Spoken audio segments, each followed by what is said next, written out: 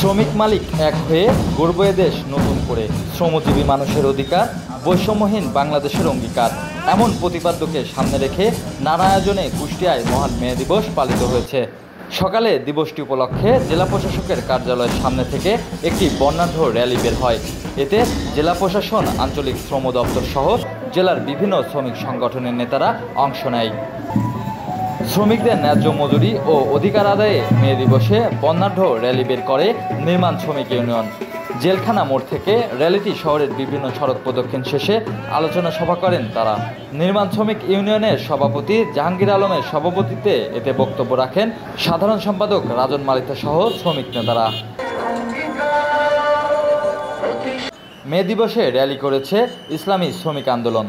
বড়বাজার থেকে র্যালিটি শহরের বিভিন্ন সড়ক প্রদক্ষিণ শেষে মজমপুরে এসে শেষ হয়।